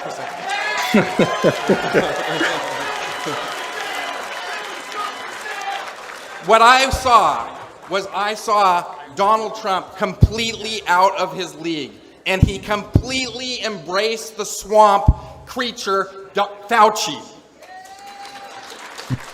He listened to all the health agencies, and he didn't have a mind of his own. And he turned COVID into a political football, and he was having daily talk shows while Cuomo is on the other side telling you the Democrat side. And they were battling back and forth instead of letting people make informed decisions for themselves. And then they rolled out Operation Warp Speed. They gave a free pass to all the pharmaceutical companies and gave them qualified immunity. We need to end qualified immunity not only for police, but for the freaking pharmaceutical companies. If you do harm to people, you should pay the price. Okay. All right. What else you got? Come on. For me, it should bring it home now. Land it. The government should have given you all the information to make your own informed choice, so that you could do what you needed to do for your family, not force you to do with government authoritarianism. Yeah. Okay. And that is what my campaign is all about, is allowing you, the individual, to have your own choice and not let the government tell you how to live your life, what to put in your body, what you can smoke, what you can do in your own home. The government has no business in any of that. All right. I think that's a point. Okay. I think so. We're going to go to Q&A. Okay. Go ahead. Oh, yeah. I was going to say, do you want to go first or do you want me? I think I went first last time, so it's you. Let's do it. Okay. So, like, I mean, I'll just answer him in the order that he gave. Like, and I think maybe this will even be illuminating, is that I actually don't believe that the jabs were like some death chemical that was being spread around to like annihilate the human population or anything like that. In fact, it seems to be from what I've seen. Granted, I've been shown things that are supposed to show that it's like been really bad for people, but like any vaccine, there have been cases of negative instances. Perhaps even in this, I will even be open to the fact that based on just the sheer number of people who are vaccinated, the number of people with these injuries is higher than they are normally. Those people obviously should be able to seek some kind of compensation for being harmed. It's particularly because the overwhelming majority of these people got out against their will. But, I'm not saying this because I love the pharmacy state. I've seen it because I haven't seen the appropriate evidence to suggest to me that it was like the myocarditis death jab that everybody said it was. And in saying that, I have to completely agree with most of the people on here that the lockdowns were completely unjustified. There is no such thing as a vaccine mandate that could ever be reasonably enforced. And yeah, I mean, these people, of course, they're all coercive state elements. So yeah. Yeah, it's hard to like decide point or no point on these because it's usually all of these people usually provide a mixed bag. Like this guy was talking about, the government should have been providing you all the information. The government should cease to exist. Like, I swear to God, every debate, gubernatorial debate that I was involved in, that's kind of what it went like. There was 3 other candidates. They would all say some quasi-statist bullshit, and then I would be like, hey guys, the libertarian principle, by the way, is this. Like, leave people alone, consent to property. Exact same thing. You don't need to know my opinion on the efficacy of the vaccination. It's none of your business what I think about it, and it's and you shouldn't have to care what I think about it because I'm not going to try and rule your life. I want you to make your own decision, do your own research, find your own authorities to trust to get your efficacy information from. I will do the same. I will do my own research, and I will come to my own conclusions, and I will lead myself. And that is the libertarian position. Consent, property rights. Lead yourself, do your own research. Don't look to these figureheads to play. What's happening on stage right now, and I would literally say this if I was behind a podium, is they've given everybody on stage an opportunity to join a social movement that is out there in the audience. And some of these people did a better job of joining your in-group, and some of them did a worse job of joining your in-group. I'm telling you, this is all irrelevant to libertarian principle and the reason why we should be here, which is to eliminate the state, eliminate coercion, and make you able to lead yourself. And that's the only reason to be there. All this other stuff is just like social games that's being played. Like if you're going to vote... if you're going to vote for or against one of these candidates based on their private opinions on the efficacy of a vaccine, you're not there for the right reasons. Go ahead. I forgot to include an important part there that I even made a mental note to myself before this because I knew I was going to say it, is that the point of me saying what my thoughts on the efficacy of the vaccine are not to say that like I think I'm right and anybody else who I disagree with is wrong. There could be information out there. I'm healthily skeptical about this, right? The point is that the overwhelming majority of the people who are out there saying on this stage, saying that the vaccine is bad and the mandates were bad, were directly linking that to the idea that these were awful, terrible, killing all sorts of people, maiming, injuring, etc. And it's like these two positions are not fundamentally linked, right? They're not even bad because they injured people. That's not why they're bad. They're bad because a coercive element was forcing people to take them and or ruining their lives if they chose not to. That is the problem with the vaccine mandates. Like, sure, it could be the case that the FDA could have approved some vaccine that killed 1 in every 4 people who took it. But if it was completely consensual on whether or not you took it, I mean, it's completely consensual. You flip that, I guess, 4-sided die. I don't know, terrible example, but I mean, that's my point at least, and that's why I brought up or the whole efficacy thing to begin with, and I should have made that clear. So apologies there. The reason why anybody gives a shit about what anybody else thinks about the efficacy of the vaccine is because the government power plays everything, because the government controls everyone. And so we have to go out into the world and try and convince the general public towards our way, because the general public will then convince the government to force whatever that opinion is on us. And that's the thing we're trying to eliminate. So there you go. All right. Right. This is the last question. Make it quick. We started with your least favorite founding father. Now let's talk about your favorite founding father. Let's start with Mike and come down. Oh. Wow. Thomas Jefferson. I have to admit, I have a fondness in my heart for any guy who walks away from the idea if he could have had more power.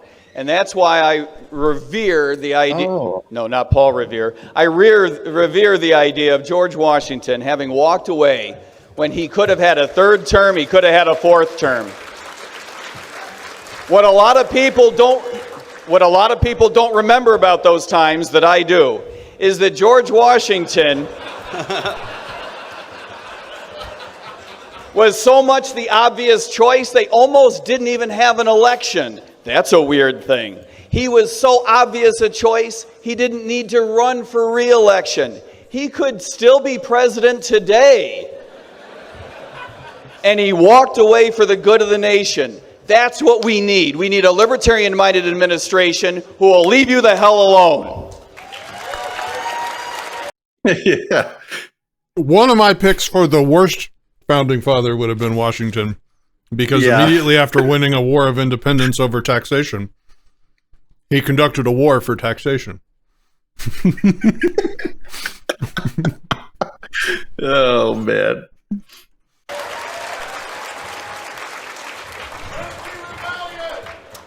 I'm quite fond of a few of the founding fathers. Somebody in the audience yelled Whiskey Rebellion. Yep. Exactly. Okay, point for the audience. Patrick Henry, give me liberty or give me death. He was a Federalist. I'm sick of living in America that's less free by the day, and we need to remember that quote by our great founding fathers and start to relinquish some of the power from the federal government. Thank you. This is like founding father worship. It's tedious. He wasn't exactly a founding father, but he was a major figure in the American Revolution. That's Thomas Paine. Incidentally, I share a birthday with Thomas Paine. Also, I think the audience is winning right now, yeah. Incidentally, I grew up in the same town as Ron Paul, Pittsburgh. Ow. Sound So guy. let's make it clear where I'm coming from. But I would say as my favorite founding father is Thomas Jefferson. He was the most radical among them. And I think he was writing and arguing for the best case of what this country could be. Thank you very much. What did he just say? Case of what this I was too busy looking at his hand. It's his mountain climbing pose. He was writing and arguing for the best case of what this country could be. Thank you very much. What? He channeled his inner Joe Biden as he claws. This is a new politician thing. I haven't seen this one before. It's like, yeah, you're supposed to do this, not claw. Arguing for the best case of what this country could be. Thank you very much. Oh boy! Oh boy! So I do want to start and say Patrick Henry was a Federalist, my anti-Federalist friend, so maybe don't be such a big fan of his. But my choice is Thomas Jefferson. I agree. Thomas Jefferson was a radical individualist. He wanted to devolve government away from central governance, and he was a great founding father. But I think we need to remember this. The dude is not worshipable. None of the founding fathers are perfect. Thank you. The guy Holy owned slaves. point. So how Point. really was into freedom? Point. We need to have respect for the ideals that these founding fathers gave us, but actually perfect that by fighting for real freedom and not 17th century freedom or holding that up to some sort of ideal that's the prime thing we need to do. We need to move forward into the next generation of liberty, and that's what I'm fighting for, is that we can be freer tomorrow than we were today. And that's a mission we can fight for together.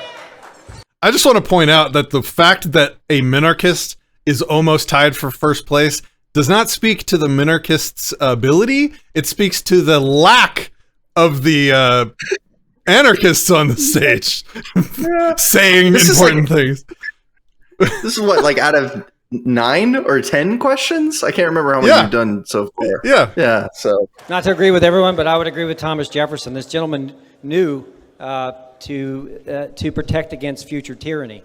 A genius. He believed in states' rights. He knew this is why we have the 10th in the Bill of Rights. He realized that our federal government could grow too large and omnipotent. And he had the foresight to look all the way out to 2024 to say, wait a minute, this is just too big. And it's fascinating to think how genius these individuals were to protect from tyranny. I believe in a smaller government. I believe that he's just things rambling. government-wise could be more manageable if they're brought into a smaller level. I've had the good fortune of traveling quite a bit, and it really is nice when you realize that you can go from from a country to a country or to a state to a state and meet different people that have different values, and you may not necessarily agree or align with these values, but persons should be able to live as they see fit. This is the whole premise behind libertarianism. It's personal autonomy and the ability of us to make our own bad decisions. And if a state wants to do so, they have the right to do so. So I would agree with him because I am a states' right guy through and through. -1. No, how many of you have seen some of my memes on the internet? What did he say? Yeah, a lot of memes. People. One of my best memes that I ever put, and it's not really a meme, it was a quote. And it was a quote by Thomas Paine, and it got something like 6 million views on Facebook. I love Thomas Paine quotes. I couldn't find the one that got me 6 million views, but this one popped up, and I thought I would share it with you. The duty of a true patriot is to protect his country from his government.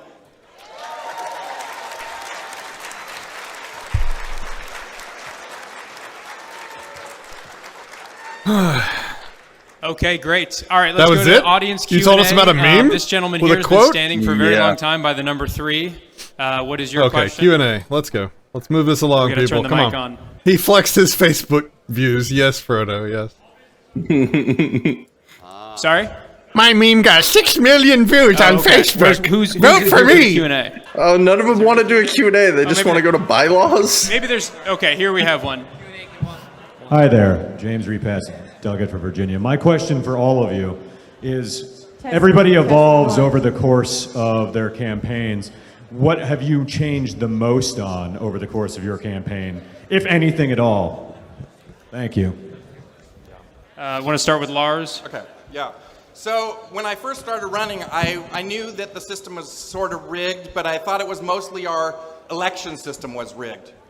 And I knew that I couldn't just run on unrigged the election system because that's not super sexy to regular Americans. But as I was talking policy with my team, with Larry Sharp, with Michael White, with TJ Ferreira, with Tyler Harris, I was talking with my team, with Dan Johnson, and we were talking through all these policies. And Is it quiet? It's quiet again, isn't it? I have it boosted by 7 dB. And I realized that everybody in America has been affected by government in a negative way, and that we have to unrig the system. We have to unrig the criminal justice system. We have to unrig our education system. We have to unrig the healthcare system. We have to unrig our freaking economy. And we have to unrig the goddamn voting system. Ooh, he dropped the GD bomb on a debate stage. He just lost 20%. Changed over the course of your campaign? Biggest change? Absolutely. I don't think my political values have. I mean, I got into this race late compared to some. I got into this just because I was viscerally upset of watching the news cycles. I said, you know what, a person can make a change. And so I threw myself into this race. I have a great team. My wife is fantastic, second to none, in my opinion. Yeah, clap for that. She's good.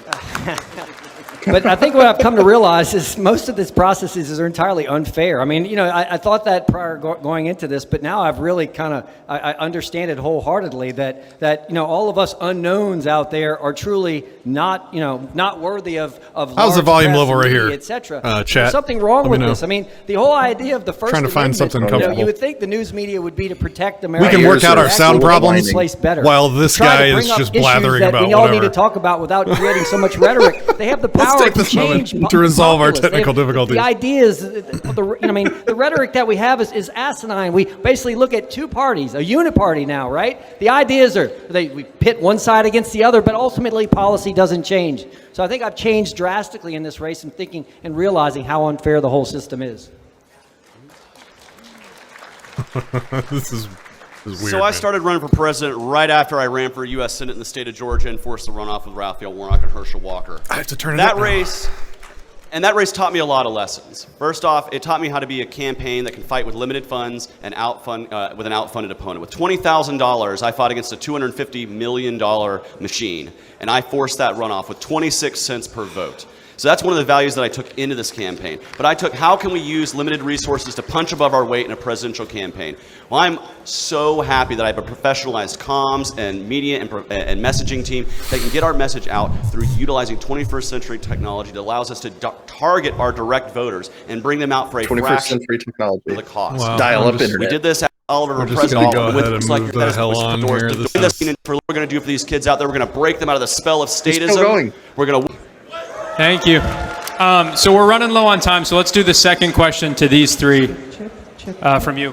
Yeah, absolutely. My name is Aaron Adams. I'm a delegate from Oklahoma and a longtime campaign worker. I've worked every Libertarian POTUS campaign no one cares. Since 2012 for our selected Some people just like to be heard on the mic. And I think it's easy for candidates to speak a libertarian message because we're all libertarians, right?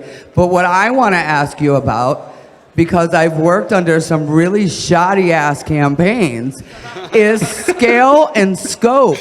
I want to know about your professional staff. I want to know about your professional strategy.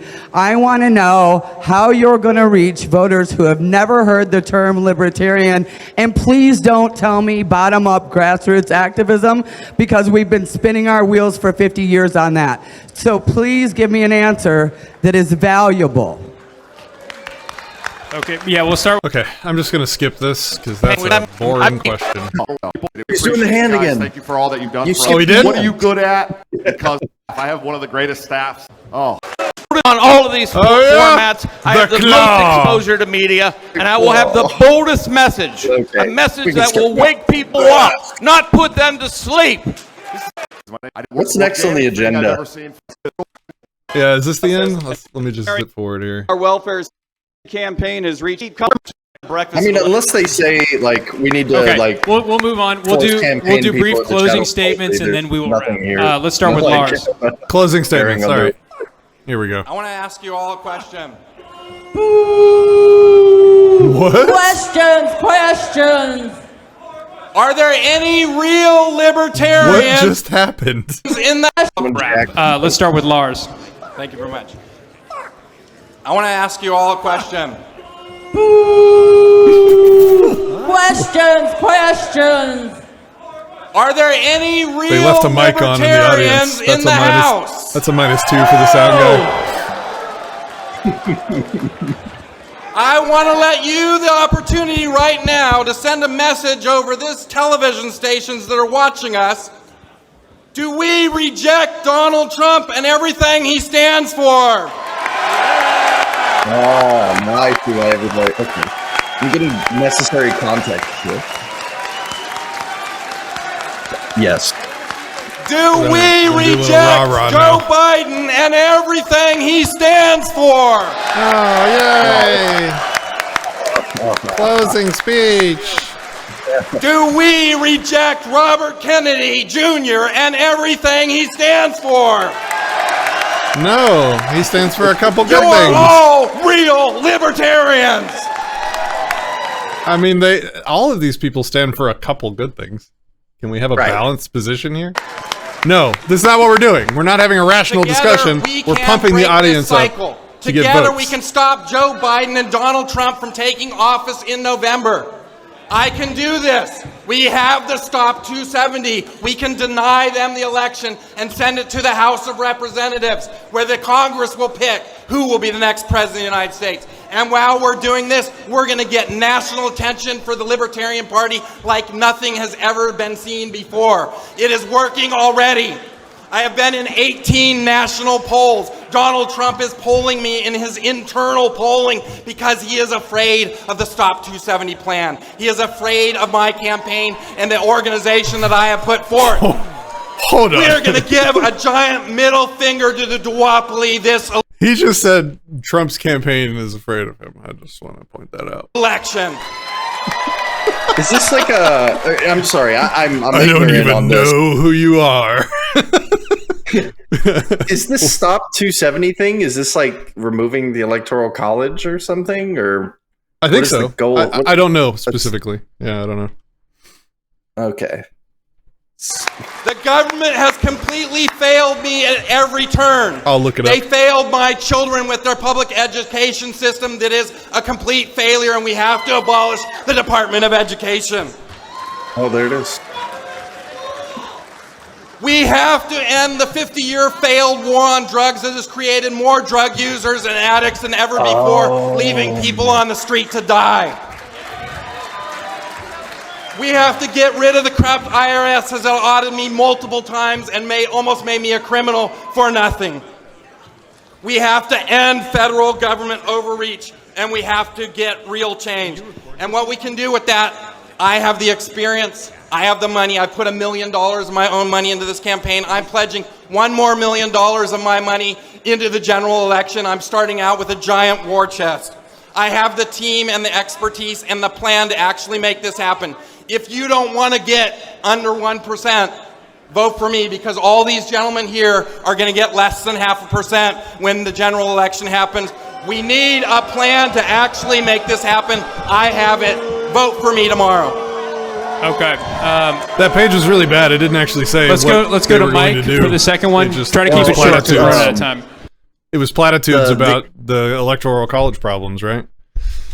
Well, the idea is that if they can get, well, it's a goal more than anything. It's not really a plan of action. It seems to be that the stop 270 is just get enough states to where neither Biden nor Trump get the necessary electoral votes to win on election night. I see. Okay. So, yeah. Thanks very much. I appreciate that. By the way, I don't know how much time I have. What that really accomplishes, but okay. I mean, it makes a hell of a stir. But time I do have, I owe to you people. These minutes are yours, and I appreciate the vote that you took yesterday. I am not going to waste your time by the mic out in the audience is still hot. You can hear people talking occasionally. It's hilarious. Telling you anything other than the absolute damn truth. And there's one thing that needs to be said that we haven't talked about today. And that starts with a story about a phone call that this guy made to me last week. And he said, this is a stupid way to choose who's going to be up on that debate stage. It's not about money. It's about who can cram the most money in the last 40 seconds, right? By the way, good on you. Thank you. Who can cram... I said, well, that won't be a problem. There's nobody better than me at cramming money online into the last 40 seconds. I happen to be, that's in my wheelhouse, so I don't know who that sorry son of a bitch is going to be in 6th place. But you're right.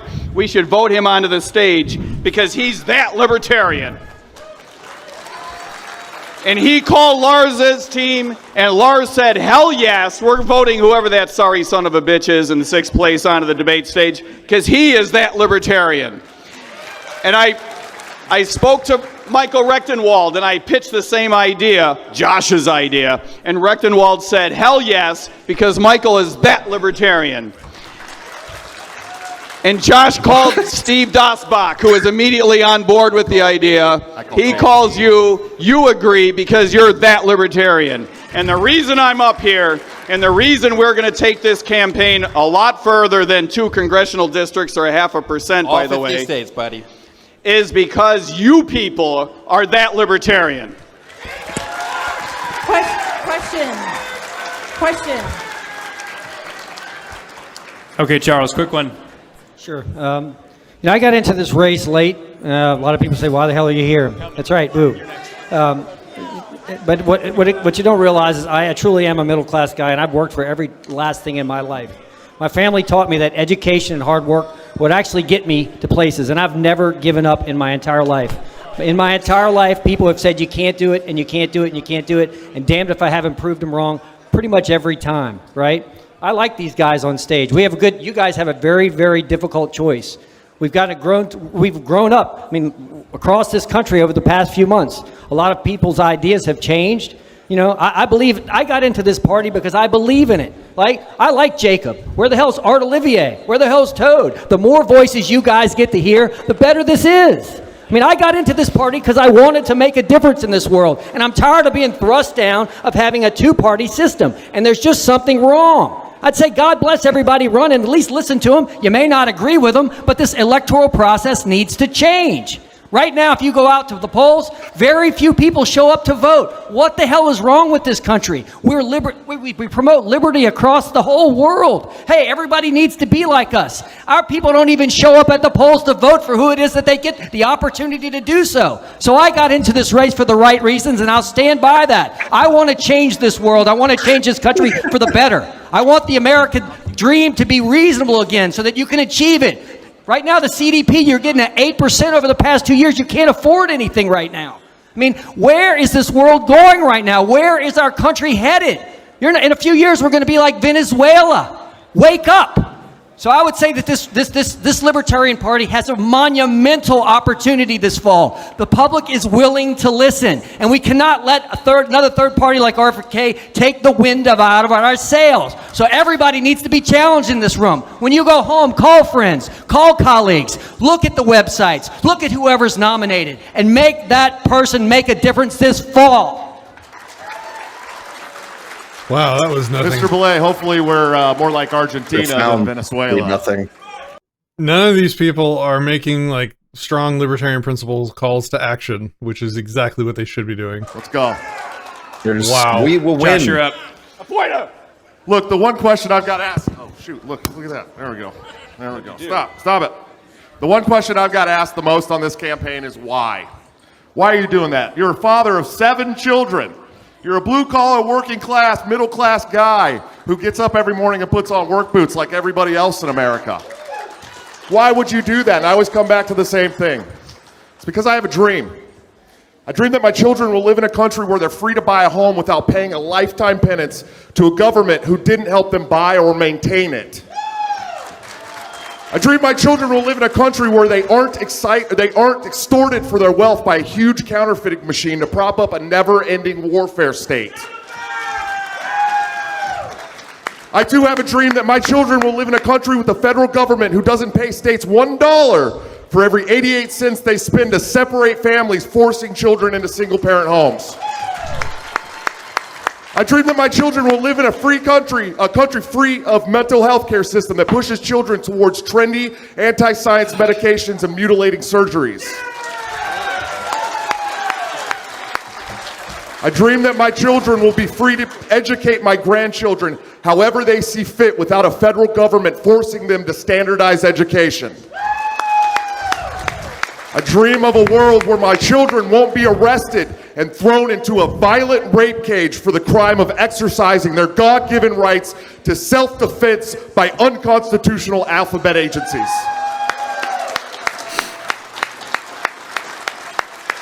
Listen up, this one's very important. I dream that my kids can be free to start an e-commerce website without the fear of being handed 2 life sentences in a federal prison because they weren't paying their protection fee. Free Ross!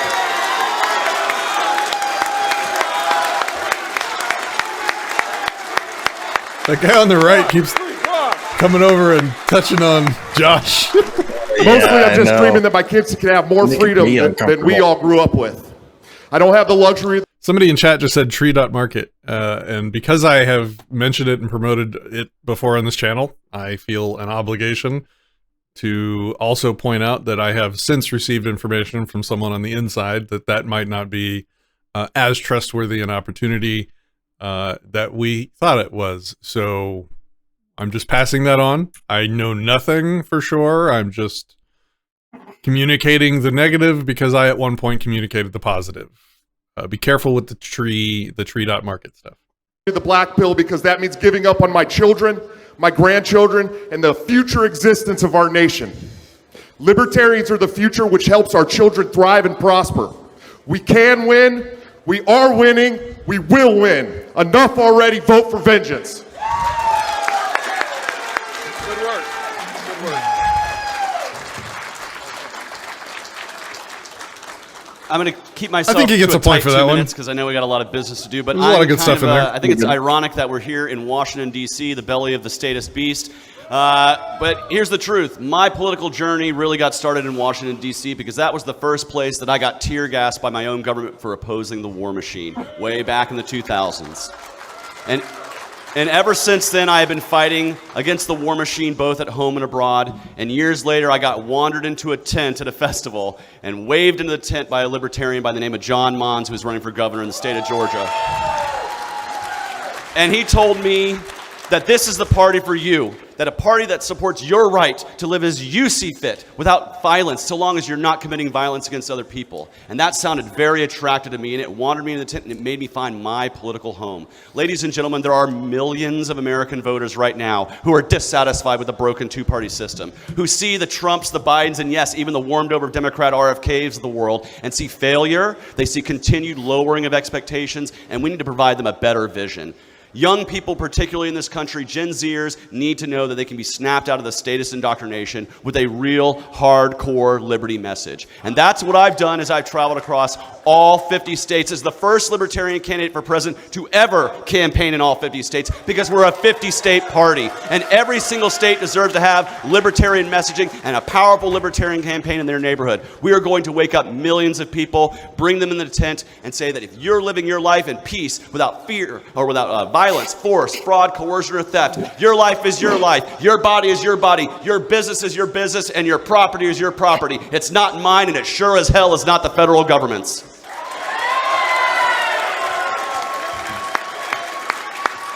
I urge the libertarians in this room to join this campaign, to join the hundreds of volunteers as we travel again across all 50 states to spread a message loud and clear that statism is on the decline, freedom is on the rise, and we will wake this country up and free the world in our lifetime. Thank you very much for having us on this debate. I look forward to meeting all of you individually. And if you have questions, don't hesitate to come up. I'll be out right outside that hallway ready to hear from you. Thank you very much. Blah, blah, blah. Come on. Okay, Mr. Rectenwald will give us the final closing statement here. Let me turn the mic down. I'm going to make this very brief. Oh, yeah. I'm calling on all those who demand dangerous liberty over safe tyranny to nominate and run with me. It's time to wreck the regime! Oh. Is that it, really? Okay. Wow. Fantastic. Client with campaign slogan! Short, sweet, to the point. Hey. Wasted far less of my time. Thanks, everyone, for watching. We're going to move on to the procedures now. Thank you. Okay, that's it. Woo! We made it. We did that. All right, closing thoughts, Christian? I was roughly as disappointed as I expected to be, which is perhaps better than it could have been. So, yeah, you know, I didn't have a quantity going into it, but I was like, let's go in. I'm ready to be disappointed. Some of it was very disappointing. Some of it was a little disappointing. And every once in a while, it was something that I was like, hey, that was pretty cool. I like that. So credit where it's due. You know, it could have been way worse, I suppose. Okay. What are your thoughts? My thoughts are so like the point of this whole mess, and I'm probably going to give this exact same rant several times over the several hours that we're going to be continuing to stream here. The purpose of this whole thing is to introduce the world to libertarian ideas, and I would not want any of those people on the stage being the point man for my ideas to the world. So I would not vote for any of them. I think they all had problems to varying degrees, some significantly more than others. But I'm glad that we applied the -5 modifier to all the scores, because I think that actually put them kind of in the ballpark of where they should be, which is slightly below nothing. Oof, I just said that. What I would want to see would be like a solid 8, 9, or 10 out of somebody. And then I'd be like, maybe they should be put forward behind that podium. None of the answers to any of the questions was I like, yeah, he nailed it. That's exactly what the world needs to hear. Not a single answer to a single question.